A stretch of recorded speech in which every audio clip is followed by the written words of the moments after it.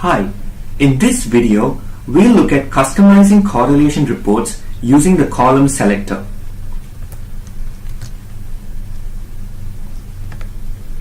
A security incident consists of a sequence of distinct events or actions.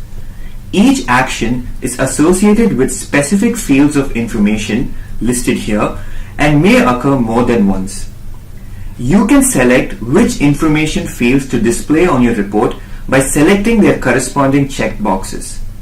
Now, as mentioned before, an action may occur more than once.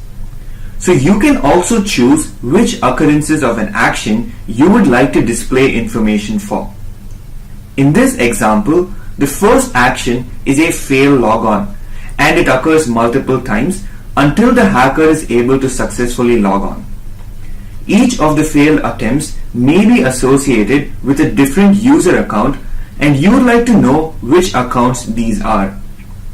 If you click on the pencil icon next to the username field, you can choose to display its value for the first, last, or all occurrences of the failed Windows logon by using the Show Value Of drop-down.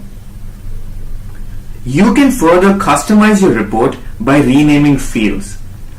Just add the name you'd like to display in the Display Name text box.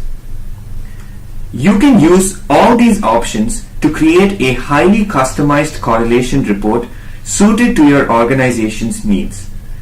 And that's how you use the column selector. Thank you for watching this video.